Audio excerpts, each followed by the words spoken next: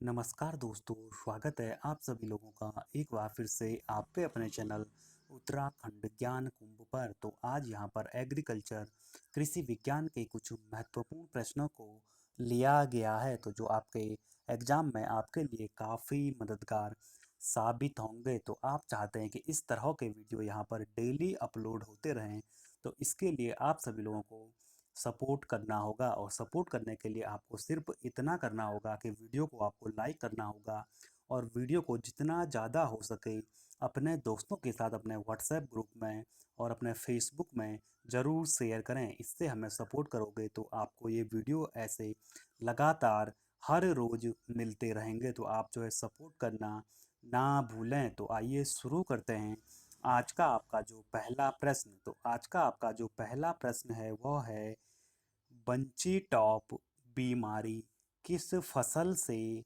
संबंधित है? और इसका सही जवाब होगा ऑप्शन ए, केला यानी बनाना। तो जो केले की फसल होती है उससे संबंधित है आपकी बंची टॉप नामक बीमारी। और इसके बारे में जो महत्वपूर्ण जानकारी आपको ध्यान रखनी है कि बंची टॉप बीमारी एक विषाणु जनित यानी जो ये बीमारी होती है केले में, यह आपके वायरस विषाणु के कारण उत्पन्न होती है। फिर आज का आपका जो अगला प्रश्न है वह है, जीन प्रोटीन किसमें पाया जाता है? और आप लोगों का सही जवाब होगा ऑप्शन सी, मक्का। तो जो मक्का होता है खाद्यान्न, इसमें आपका जीन नामक प्रोटीन पाया जाता है। फिर आज का आपका जो अगला प्रश्न है वो है, क्षारीय मृदाओं में सुधार लाने के लिए किसका प्रयोग किया जाता है? और आपका सही जवाब होगा ऑप्शन बी, जिप्सम। तो जो जिप्सम होता है इसका प्रयोग आपका जो क्षारीय मृदा होती है उसमें इम्प्रूवमेंट करने के लिए जिप्सम का प्रयोग किया जाता है।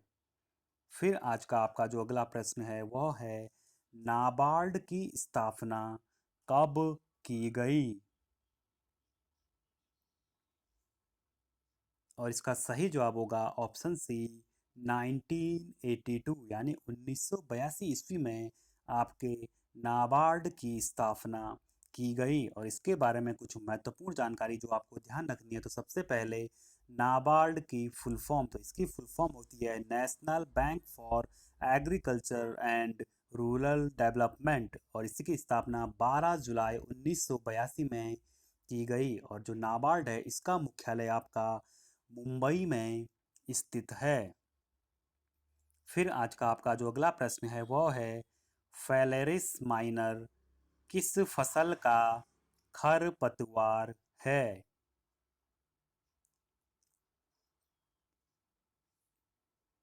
और इसका सही जवाब होगा ऑप्शन ए, गेहूं। तो आपको ध्यान रखना है कि जो फेलेरिस माइनर एक प्रकार का जो खरपतवार है, यह गेहूं की फसल से संबंधित है। फिर आज का आपका जो अगला प्रश्न है वह है, पनामा रोग किस फसल से संबंधित है?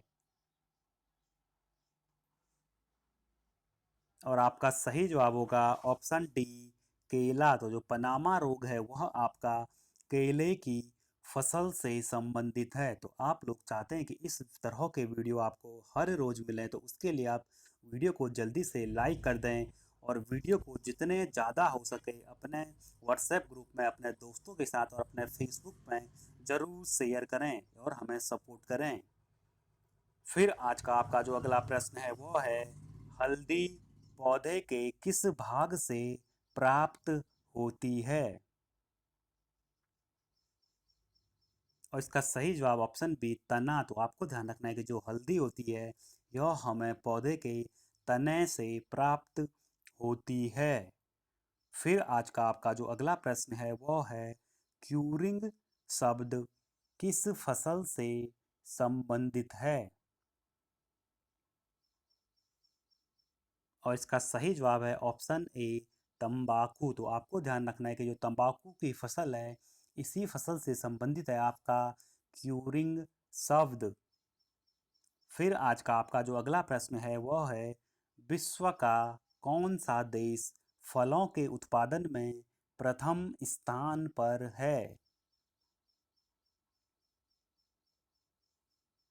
और आपका सही जवाब होगा ऑप्शन सी, चीन। तो आपको ध्यान रखना है कि विश्व में सबसे ज़्यादा फलों के उत्पादन करने वाले देश का नाम है चीन, और दूसरे नंबर पर आता है आपका हमारा भारत। फिर आज का आपका जो अगला प्रश्न है वह है, दलहन का सर्वाधिक उपभोक्ता व उत्पादक राष्ट्र है? और इसका सही जवाब है ऑप्शन सी, भारत। तो आपको ध्यान रखना है, दलहन, दलहन का मतलब होता है कि जितने भी प्रकार की आपकी दालें होती है, इसका सबसे ज़्यादा उपभोग करने वाला व उत्पादन करने वाला देश का नाम है आपका अपना प्यारा भारत। फिर आज का आपका जो अगला प्रश्न है वह है, लिनोलेनिन, तो लिनोलेनिक अम्ल किस तेल में पाया जाता है? और आपका सही जवाब होगा, आपका जो लिनोलेनिक अम्ल होता है, यह आपका ऑप्शन नंबर ए, सूर्यमुखी के तेल में पाया जाता है। तो आपको ध्यान रखना है कि जो लिनोलेनिक अम्ल है यह सूर्यमुखी के तेल से संबंधित है।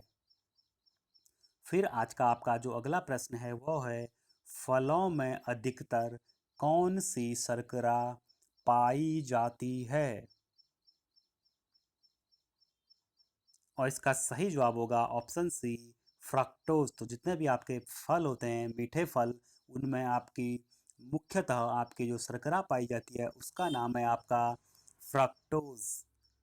फिर आज का आपका जो अगला प्रश्न है वह है, पपीते का उत्पत्ति स्थान माना जाता है? और इसका सही जवाब है ऑप्शन बी, उत्तरी अमेरिका। तो जो पपीते का उत्पत्ति स्थान माना जाता है वह स्थान है आपका उत्तरी अमेरिका। फिर आज का आपका जो अगला प्रश्न है वह है, केंद्रीय तंबाकू अनुसंधान संस्थान कहाँ पर स्थित है? और आपका सही जवाब होगा ऑप्शन ए, राजमुंदरी। तो आपको ध्यान रखना है कि आपका जो केंद्रीय तंबाकू अनुसंधान संस्थान है यह आपका राजमुंदरी में स्थित है, और राजमुंदरी पड़ता है आपका हैदराबाद में। फिर आज का आपका जो अगला प्रश्न है वह है, पुरानी जलोढ़ मिट्टी को किस नाम से जाना जाता है? और इसका सही जवाब होगा ऑप्शन बी, बांगर। तो आपको ध्यान रखना है कि जो पुरानी जलोढ़ मिट्टी होती है इसको आपका बांगर नाम से जाना जाता है। और अगर आपसे पूछा जाए कि नई प्रकार की जलोढ़ मिट्टी को किस नाम से जाना जाता है, तो जो आपकी नई जलोढ़ मिट्टी होती है इसको खादर नाम से जाना जाता है। तो आपको ध्यान रखना है कि पुरानी को बांगर कहते हैं और नवीन जलोढ़ मिट्टी को खादर कहा जाता है। फिर आज का आपका जो अगला प्रश्न है वो है, रैगुर मिट्टी का अन्य नाम है?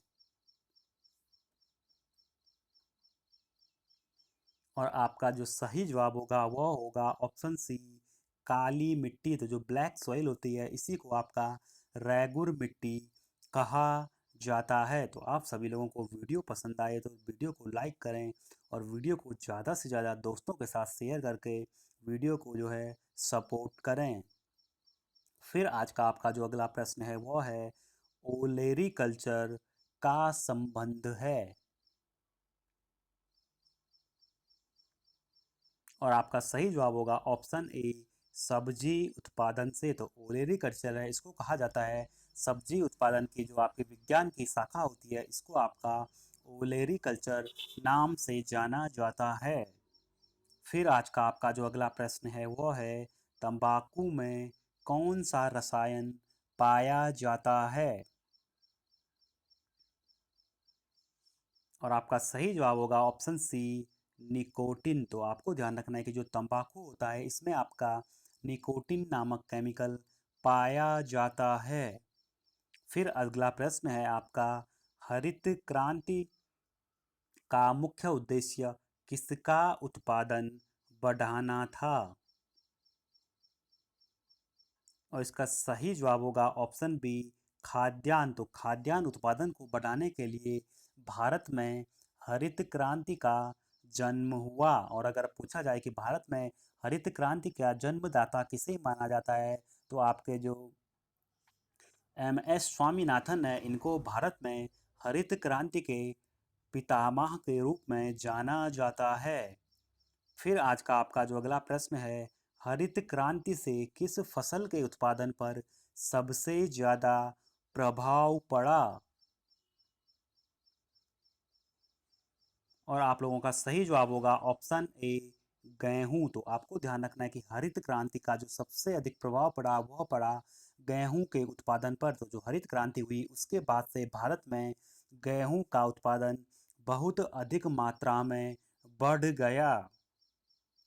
फिर आज का जो अगला प्रश्न है वह है, ऑपरेशन फ्लड का संबंध किससे है? तो आपको जो है बताना है इस प्रश्न का सही जवाब, ऑपरेशन फ्लड का संबंध किससे है। और इसका जवाब आप सभी लोगों को कमेंट कर कर कमेंट बॉक्स में देना है। तो आप सभी लोग कमेंट करके बताएं कि ऑपरेशन फ्लड का संबंध किससे है। और साथ ही में वीडियो पसंद आई तो वीडियो को लाइक करें, जितना ज़्यादा हो सके वीडियो को दोस्तों के साथ अपने शेयर करें।